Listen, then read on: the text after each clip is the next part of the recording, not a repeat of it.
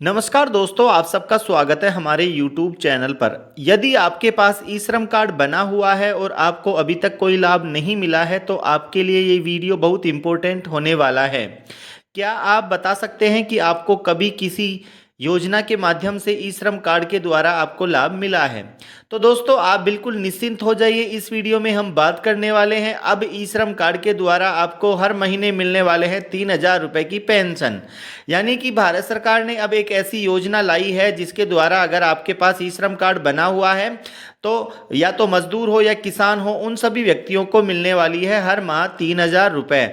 अगर आप परिवार के अंदर पति और पत्नी हैं तो उन दोनों को मिलने वाले हैं हर माह 6,000 रुपये।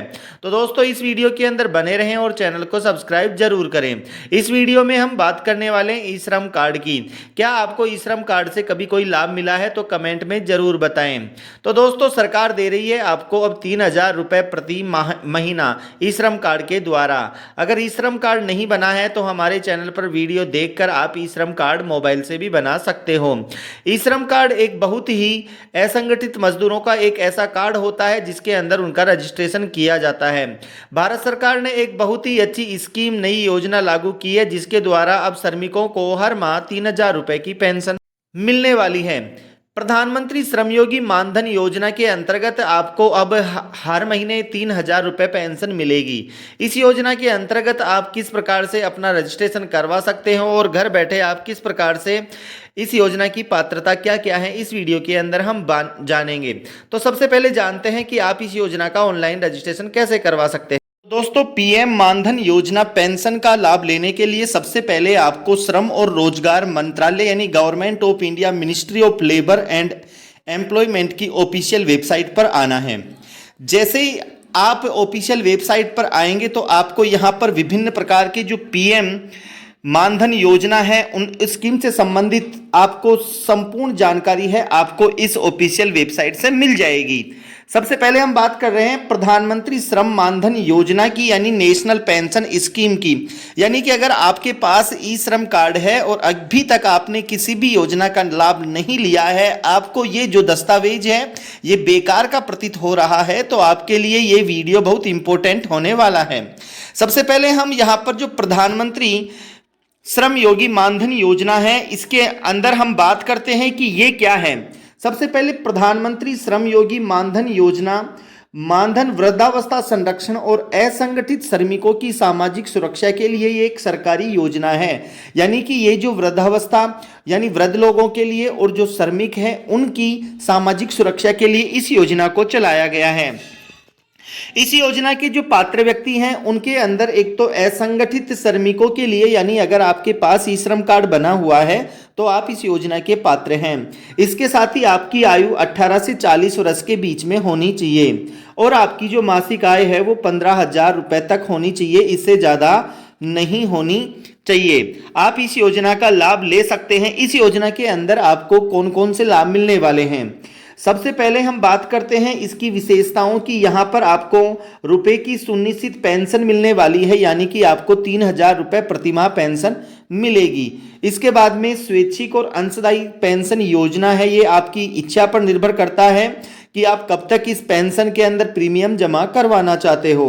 और इसके साथ ही इस योजना के अंदर भारत सरकार द्वारा मैचिंग कंट्रीब्यूशन भी आपको दिया जा रहा है। यानी कि इस योजना के अंदर भारत सरकार का कुछ अंश है जो आपकी पेंशन है उसमें डाला जाएगा।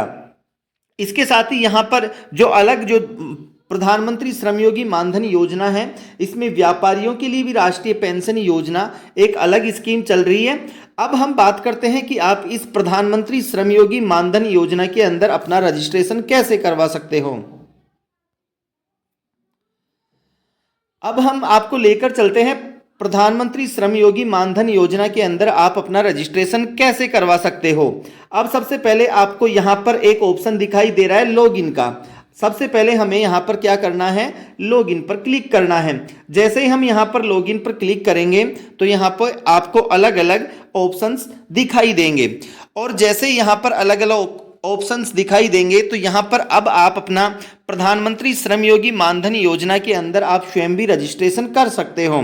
यहाँ पर आपको 3 ऑप्शन दिखाई देंगे। एक तो है सेल्फ एनरोलमेंट का, एक CSC VLE का और एक एडमिन लॉगिन। तो यहाँ पर सबसे पहला ऑप्शन है आपका सेल्फ एनरोलमेंट, यानी आप स्वयं अपना एनरोलमेंट कर सकते हो। हमें सेल्फ एनरोलमेंट पर क्लिक करना है।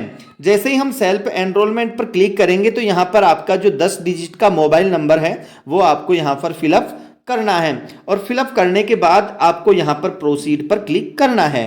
हम यहाँ पर एक ऑप्शन दिखाई देगा डैशबोर्ड का, तो यहाँ पर जो डैशबोर्ड पर 3 डॉट दिखाई दे रहे हैं हमें वहाँ पर क्लिक करना है। जैसे ही हम यहाँ पर क्लिक करेंगे तो यहाँ पर आपको कुछ ऑप्शंस दिखाई दे, यहाँ पर क्लिक करना है सर्विसेज पर। जैसे ही हम सर्विसेज पर क्लिक करेंगे तो यहाँ पर आपको जो ऑप्शंस हैं एनरोलमेंट, डोनेट, ई पेंशन मॉड्यूल दिखाई देंगे।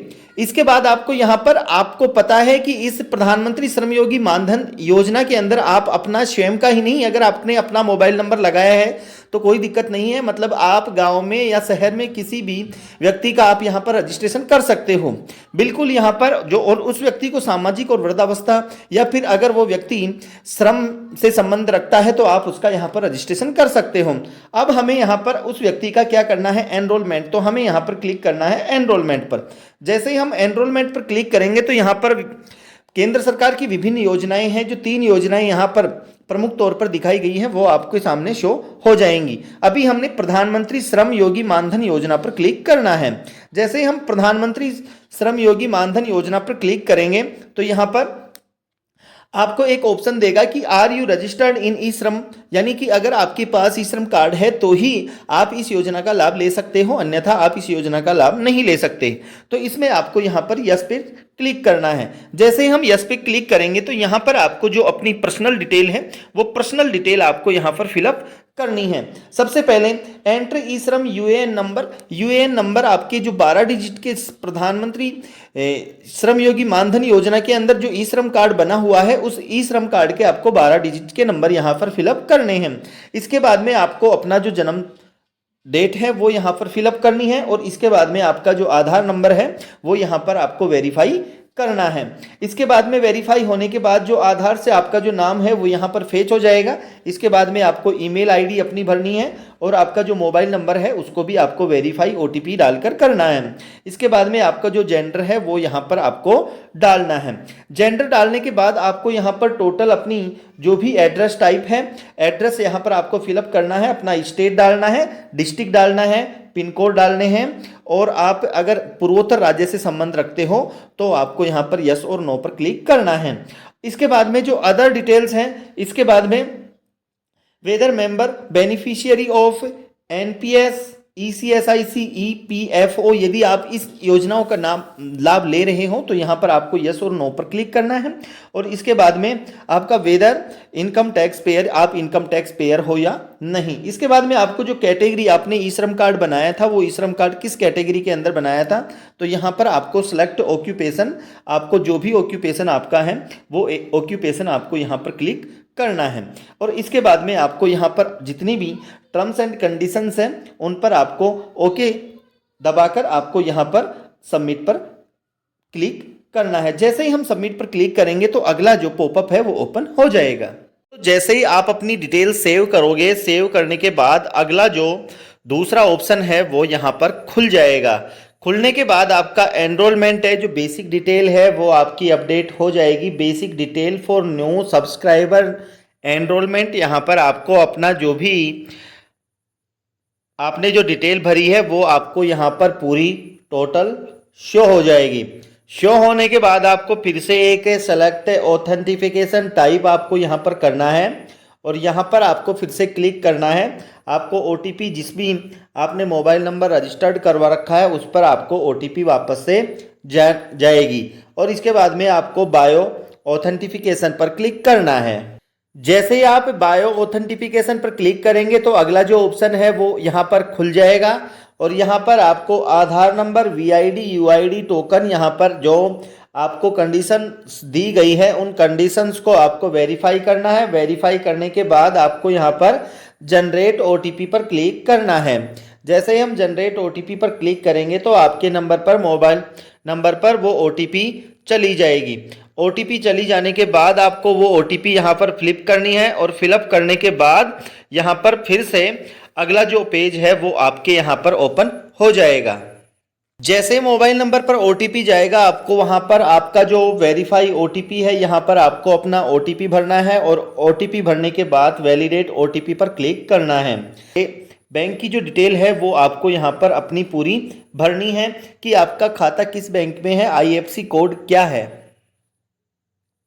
तो जैसे ही हम थोड़ा स्क्रॉल डाउन करेंगे तो यहाँ पर आपको बेनिफिशियरी कंट्रीब्यूशन फ्रीक्वेंसी, यानी कि आपको बेनिफिशियरी जो कंट्रीब्यूट करना चाहता है उसके बारे में अब हम देखेंगे कि यहाँ पर आप अपना जो कंट्रीब्यूट है, जो योगदान है, 18 से 40 वर्ष की एज में आप अपना जो योगदान देंगे वो आप 1 मंथ पे देंगे या 3 मंथ पे देंगे या फिर 6 मंथ पे देंगे या फिर आप ईयरली अपना प्रीमियम जमा करवाना चाहते हो इस योजना के अंतर्गत।